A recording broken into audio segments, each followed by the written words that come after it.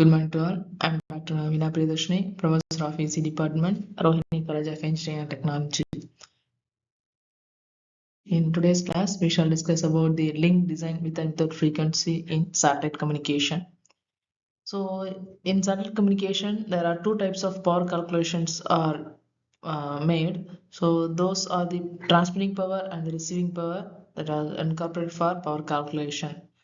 So, in general, these calculations are called link budget calculations.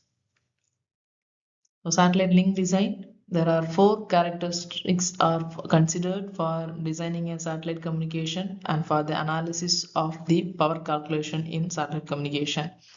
The four parameters includes the weight of the satellite, the choice of frequency band preferred, the atmospheric propagation effects, and the last is the multiple access techniques. So these parameters plays an important role for the power calculations of link design of a satellite system. So the major frequency bands used for satellite communications are 6 by 4 GHz. So here the first 6 represents the uplink frequency and 4 indicates the downlink frequency. So the most commonly used frequency bands are 6 by 4, 14 by 11 GHz, 30 by 20 GHz. So the uplink will be always the high frequency and downlink will be the low frequency when compared with these two frequencies. At geostationary orbit, there is already satellites are there. They are using both the 6 by 4 GHz band of frequency as well as 14 by 11 GHz band of frequencies. And every GHz to minimum space to avoid interference from the uplink as well as the earthlink stations. So this is the design of the satellite link. Here, first of all, both the earth station and the satellite is considered. So the satellite, which has the transmitting as well as the receiving antenna. So the transmitter antenna transmits the signal to the earth station. The receiving antenna receives the signal from the earth station. So both are in the direct line of sight communication.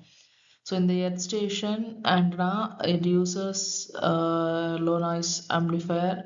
The receipt signal is passed through the low noise amplifier, and the signal is then received and as well as it's demodulated and decoded. Further, the original informations which are transmitted by the satellite is analyzed. And in the transmitting end of the earth station, it has the information will be encoded and it is given to the modulator, and the signal is upconverted. So this in the upconversion, the frequency is suitable for transmission. The uplink frequency is selected, and then it is amplified by using the high power amplifier. Then it is transmitted through the transmitting antenna. So the receiving antenna, which in the satellite captures the signal, and also the transponders that will perform the desired operations in it. So the basic terminology, first one is the power flux density. So assume an isotropic radiator which is situated at the center of the sphere, which has the radius of r, small r. We know that the power flux density, which is the ratio of power flow and the unit area. So the power flux density is denoted as psi I, and for an isotropic radiator, which is given as psi I is equal to Ps into 4 pi r square, where Ps is the power flow in general power flux density of practical case. The power flux density of the practical antenna varies with the direction, but its maximum value will be in one particular direction alone. Next parameter is the antenna gain. So gain of a practical antenna is defined as the ratio of maximum power flux density of practical antenna and the power flux density of the isotropic antenna. So therefore the gain of the antenna is represented as G. Therefore G is equal to psi I into psi m. So where psi I and psi m is the maximum power flux density of the practical antenna, and psi I into psi I is the power flux density of the isotropic antenna. Next, equal isotropic radiated power. So equal isotropic radiated power is denoted as EARP. So it is the main parameter which defines the measurement of link budget. So mathematically it is given as EARP is equal to GPS in PS, where EARP equal to gain of the antenna into power of the signal transmitted from the antennas.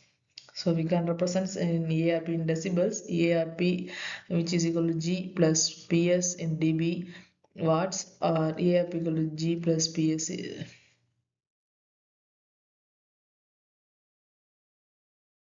So next is the transmission loss.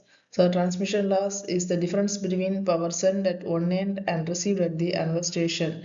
So the variation in it is known as the loss, which is cut into two cases. One is constant loss and one is variable loss. Constant loss is the which are the feeder losses and also known as there is no matter what precautions we may have taken, still these loss will be there.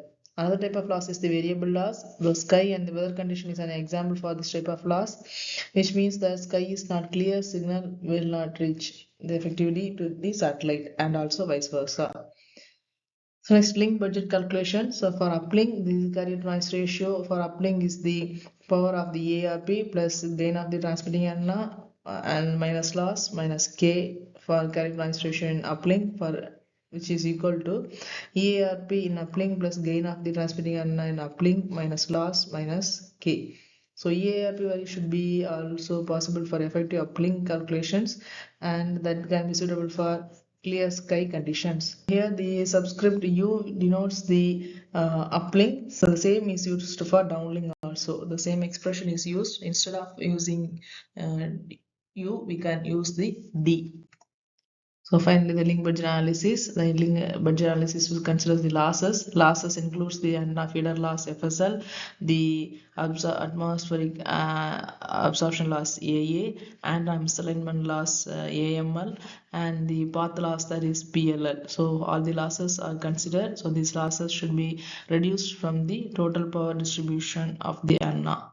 So finally, the power received power is calculated as EARP plus gain of the receiving antenna plus losses. Thus, the link budget for with and without frequencies can be calculated. Thank you.